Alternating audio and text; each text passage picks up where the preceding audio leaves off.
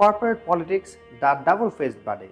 কেউ কেউ আছে সামনে তারা আমাদের প্রচণ্ড বন্ধু, তারা খুব মিষ্টি মিষ্টি কথা বলে, আমরা হয়তো কিছু তাদের সাথে শেয়ার করলাম, ব্যক্তিগত চিন্তা ভাবনা তার সাথে শেয়ার করলাম, কিন্তু কয়দিন পরে আপনার সুপারভাইজার আপনাকে এসে জিজ্ঞেস করে যে আমি শুনলাম আপনি আপনি নাকি আমাদের এখানে কাজ করে খুশি না, কথাটা কি সত্যি?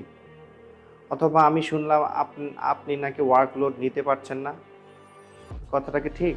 এই ধরনের কথা চালাচালি তারা করে, এদেরকে বলা হয় দ্য ডাবল ফেসড পার্টি। কি করা উচিত? অবশ্যই আমাদের ব্যক্তিগত চিন্তা ভাবনাগুলো, বিশেষ করে কাজ রিলেটেড যদি কোনো নেগেটিভ চিন্তা ভাবনা আমাদের থেকে থাকা উচিত না। তারপর যদি থেকে থাকে অবশ্যই আমরা সেটা শেয়ার করব না কারোর সাথে, বিশেষ করে প্রাতিষ্ঠানিক কোনো কলিগদের সাথে। আমরা অবশ্যই ফ্রেন্ডশিপ করতে পারি, কিন্তু স্লোলি আমরা বোঝার চেষ্টা করব যে তারা কি আমাদের আমাদের চিন্তা ভাবনা শোনার যোগ্য কিনা, এবং আপনার যদি কোনো ফিউচার প্ল্যান থাকে অবশ্যই সেটা শেয়ার না করাই ভালো, বিশেষ করে এই ধরনের মানুষের সাথে। আমরা সবার সাথেই সম্পর্ক রাখতে চাই, কিন্তু কারো করার ক্ষেত্রে আমাদের কিছুটা সতর্ক থাকা উচিত। কর্পোরেট পলিটিক্স নিয়ে আমাদের একটা শর্ট ফিল্ম আসতে যাচ্ছে, নাম দ্য চেকমি the supply chain professional file. এটি দেখতে চোখ রাখুন বিআইএইচআরএম এবং বিআইএইচআরএম সাপ্লাই চেইনের ফেসবুক এবং ইউটিউব পেজ। ধন্যবাদ।